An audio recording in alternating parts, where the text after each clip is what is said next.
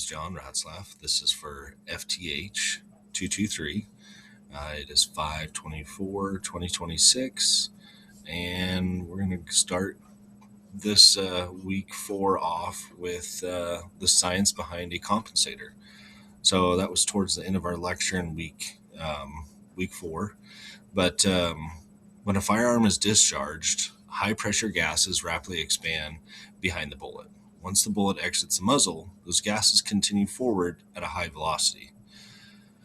So without a compensator, and real quick before I go behind the science, a compensator is going to be a muzzle device that's attached to your firearm, whether it's pistol or rifle, that is a little bit, it's extending your barrel, as you might say, or you might look at, and there might be like ports on the sides or like holes drilled out or slots, just for like a general reference of what those look like. Real quick, it's kind of actually hard to I wish I had one just to show you, especially on a pistol. But yeah, either way, we'll go kind of more in behind the science of it. But so when gas exits straight out of the muzzle, recoil's pushing rearward into you, like into your shoulder. The muzzle naturally rises up because the bore axis sits above like your hand or your shoulder.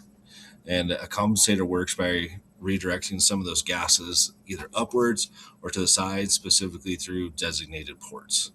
The redirected gases create opposing forces that push the muzzle downward or stabilize the firearm.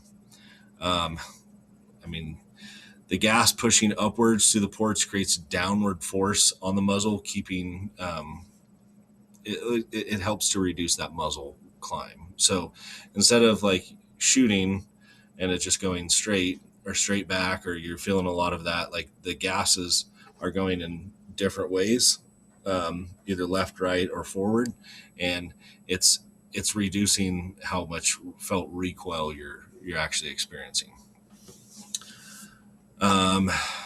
So and that being said, there's multiple different, there's like top port compensators to help with that rise specifically. There's side port compensators. There's hybrid compensators, and then there's just multiple chamber rifle compensators as well. So there's quite a few out there. Real quick, some pros. So pros of a compensator. So kind of like we just talked about, the biggest advantage is reducing muzzle climb during firing. I also say too, it reduces felt recoil, to be completely honest. The advantage is reduced muzzle climb during that firing, allowing for those faster follow-up shots, better sight tracking, improve recoil management, especially useful in competition shooting, defensive shooting, or rapid fire situations. Or kind of just like me, regardless, it's nice to have like I have a compensated 308 Remington 700. It's a Remington Police, and that thing is completely different with the compensator I have on it versus with none. It really just improved control. So a compensator can make that firearm feel flatter during recoil, just especially on like high pressure calibers, 9mm, 40, 10, 223, 5.56, and like I said, my like 308. So that's definitely nice. Cons of a compensator. So more or less the cons are you're going to hear a lot more concussion. Like it is a lot louder. It's very loud. And depending on how radical that compensator is, it is extremely loud. People standing nearby experience more blast pressure. It is definitely a game changer, to say the least, when it comes to just noise and that concussion.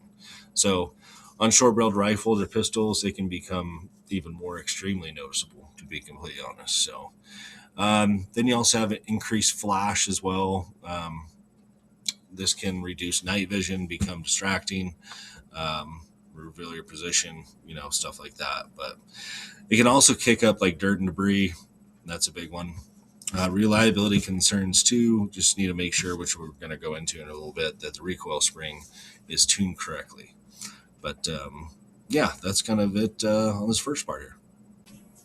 All right, real quick, just want to go over. So part 2, we're going to do some stoning, polishing. I've done this in other classes as well, so know exactly what what we're going to be getting into. The biggest thing though is I already went ahead.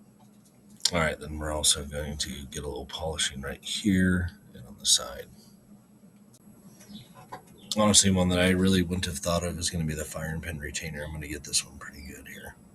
All right, a little bit of stoning on there. Sorry, I said polishing earlier, but we did look at a little bit of that. Oh, both sides here.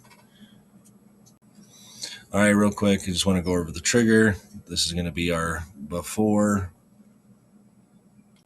All right, really quick here. Here's our after. We got a little bit of that side down, and this one as well. Oh, I did forget the rear of the trigger bar here as well. We got these areas. All right, we got that one pretty good here. This one I do want to just show you really quick here on the sear. So this one already was fairly polished up pretty good just from the start. It came a little bit closer to 12. It felt a little bit better, so I really wasn't complaining about that.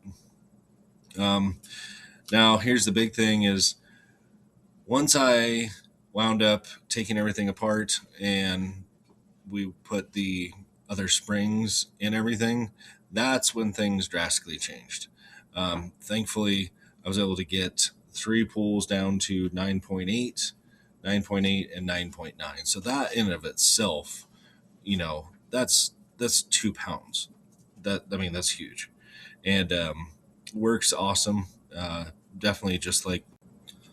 All right, do just want to point out this weapon is pointed in the safe direction. We're going to go ahead and drop the magazine. Nothing in the magazine. Just going to go ahead and lock this to the rear. There's no bullets inside. I'm doing the physical test. Clear of all ammunition. So we're in good shape there. I'll just put this guy in safety really quick.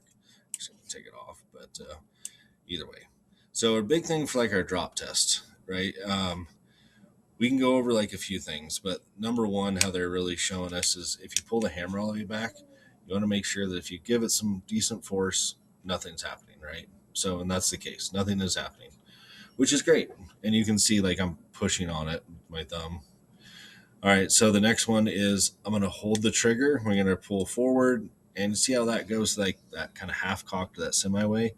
That's doing exactly what it's supposed to do as well. All right, then the next one here. So we're going to pull this all the way back. As you can see, it goes flat, and then we want to look for a little bit of return here on that sear. So perfect. That's exactly where we're at. So that's pretty good here for our drop test, as you might say. You can go to the range, put a live round in the magazine, then a dummy round just to ensure that things are good. That's one thing that they also taught us as well. All right, so kind of our last part here too. Just want to go over, obviously this is clear, no magazine. Live round is not in there at all, no rounds in there. We're good to go on here. Our big thing is on safe here. Just going to go ahead and release that trigger spring going forward. All right. Biggest thing here is I would do that for a customer. I don't feel like there's any issue with it. I do feel confident with everything that I did perform today or have been in this class. Would you need? Well, I don't need any more time. I would be able to go and do this right now. I feel good about it. Like I said, I wouldn't shy away from performing this trick in the future. Not at all. I'd just get it done. It was pretty good, pretty easy. And it wasn't as hard as I think some people make it. So, hey, thanks very much. Have a good one. Bye.